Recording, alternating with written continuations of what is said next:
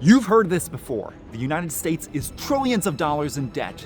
The fiat currencies are about to become toilet paper, and tomorrow you'll wake up with nothing in your bank account. The Great Reset is here, and you need to escape the West now.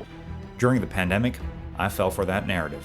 I packed my bags, traveled the world, and spent years living in Latin America. Moved my money into gold, silver, and cash. Then, I waited. I watched the news. Countries reopened, vaccine passports disappeared, and lockdowns ended. But I kept waiting. Surely the collapse was coming. So more gold, more crypto shorts, more fear. And nothing. Now back in Europe, I've realized something that nobody is talking about.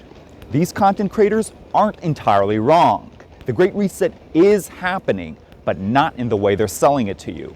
It's happening right now, slowly and quietly, right under your nose. And in this video, I'll show you how their fear-based narrative has played out time and time again, and what you can do to protect your wealth long-term, not just for tomorrow, but for the decades to come.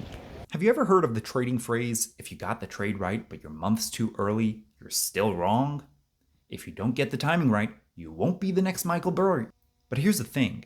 Since you will never predict the correct timing, it means that rushing into a decision isn't the best move. And the same principle applies to all major life decisions, whether it's committing to a partner, launching a new product or business, or uprooting your entire life to prepare for Armageddon because you're convinced the debt bubble is about to burst or the biometric surveillance state is coming tomorrow. You might be jumping the gun. Timing matters. But here's the thing, we humans are wired with recency bias. Whatever happened yesterday, we assume will happen tomorrow. A pandemic just hit a few years ago, so naturally, the next big event, the Great Reset, the digital gulag, must be around the corner. Right? What if I told you that these once-in-a-lifetime events like 9/11 or the pandemic are actually extremely rare? They happen maybe once every 20 years. The real danger isn't the big flashy events. It's the slow erosion of freedom that happens every day in tiny, unnoticed steps. Take banking, for example. In 1990, you could walk into any HSBC branch in London and open an account in 5 minutes, just by scribbling your name and address on a piece of paper. And today, decades later, you need to jump through endless security checks, 3-letter acronyms such as AML and KYC, and hundreds of hoops just to lend your money to the bank for free. And this didn't happen overnight. It didn't even happen after 9/11. In fact, in 2004, you could still open a Wells Fargo account in the US just by faxing your driver's license. It took years for KYC to tighten. If you showed somebody in 1991 an HD video of today's banking system, where you can't even withdraw your own money without the bank's permission, they'd be calling you crazy. Catalytic events like 9/11 or the pandemic serve as a gateway for a shock doctrine. They shock society into accepting sweeping changes through fear. But they don't happen often.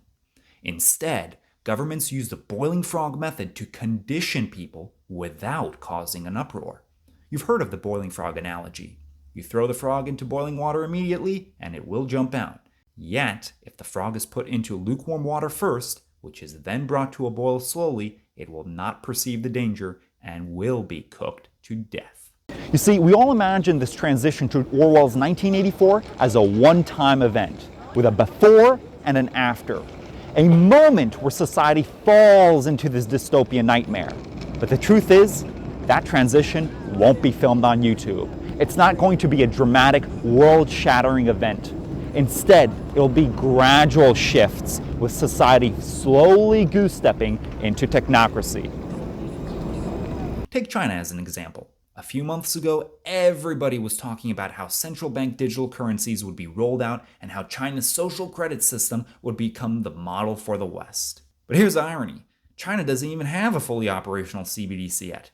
What it does have, though, is a social credit system seamlessly operated in partnership with its biggest payment processor, Alipay, a supposedly independent third-party company.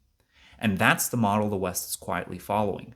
Corporations like JP Morgan, PayPal, Elon Musk's X, and others are all developing their own forms of surveillable, programmable, digital currencies.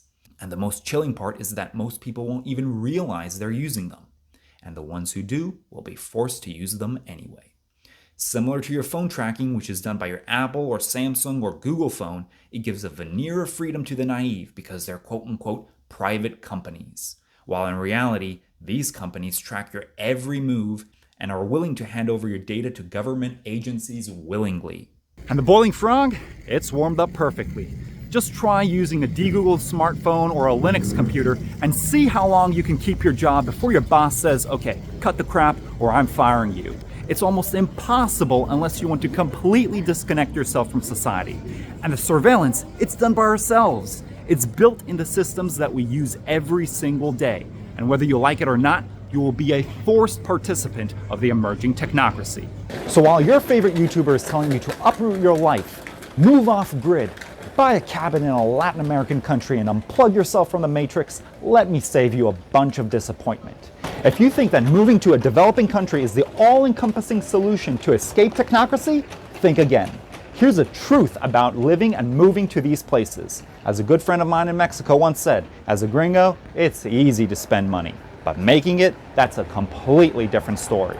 Doing business in developing countries is all about trust, personal relationships, and informal agreements. Whether it's synergy or familiarity, their economy is built for the locals, and you're not one of them.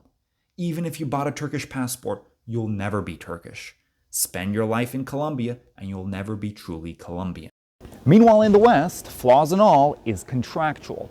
Anyone from anywhere can set up shop and start a business. No one cares where you're from, as long as you're solving their problem. And that's the difference. Developing countries rely on personal relationships, and the West works on contracts. So then, what is the solution to the next decades of the Great Reset? Well, it's certainly not jumping ship and moving to a different continent tomorrow. Instead, you want to adapt pragmatically and strategically your business to the current times. And our team includes people who spent nearly half of their lives in the Soviet Union. Can't get more tyrannical than that. And they have had first-hand experience on how to navigate these systems that surveil and control your freedoms tightly. And here are 5 tips that they've given that you can implement in your business today. Starting with tip number 1, do not own anything in your own name. Break the chain and sever the ties between you and your wealth, for what you do not own cannot be taken away from you. I can't stress this enough. Use agents, trustees, nominees, or trusted confidants who are the ones who will own on paper your assets, but you're the one controlling the steering wheel. And this can still be done in creative manners even today with common reporting standards and controlled foreign corporation rules. Tip number 2, which stems from tip number 1. There's a very well-known Russian and Soviet saying which says, the quieter you go, the further you'll get. There's no need to brag about your wealth on social media. You don't have to post social proof. You don't need to post photos and videos about how much you own. It's just not worth it. Tip number 3, make your money in the West, then park it in the East. Listen, even though Latin America and many Southeast Asian countries have far more freedoms, less regulation, the big bucks are still made in the West. So you want to build a bridge between them, because even if you're the highest regarded trader, even if you're the best investor in the world, you're still going to have to use Chinese or American financial systems for banking and commerce. Fourth, it's important to develop a network of relationships in every place you reside in. It's about who you know, not what you know. And I mean relationships with the local doctor, with a police officer, with a council administrator, with a university professor, so that eventually you'll be able to exchange services under the table. In Russian, it's called blat, or in English, favors. And once you get to know them, you'll be able to exchange services under the table, especially when times get tough. And by the way, during the pandemic, it was extremely beneficial if you knew somebody who was able to put your name in the database and give you the vaccine passport. And finally, develop an off-ramp solution to move out your cash anonymously. Listen, I've heard of people telling me that it's impossible to cash out large amounts of crypto, like 100 grand, in a foreign country. That's because they've never even heard of the concept of over-the-counter dealers. Cryptocurrencies are by far the fastest, cheapest, and most anonymous method to move large amounts of cash around globally, especially if you're using Monero or over-the-counter dealers. And don't come here talking to me about gold or silver. Listen, it's a fantastic hedge against inflation, but it's terrible for moving large amounts of money around globally. Anyway, that's it for today's presentation. If you enjoy this type of content, be sure to subscribe and leave a comment down below. It helps with the YouTube algorithm. I'll be seeing you in a future video, but until then, bye-bye.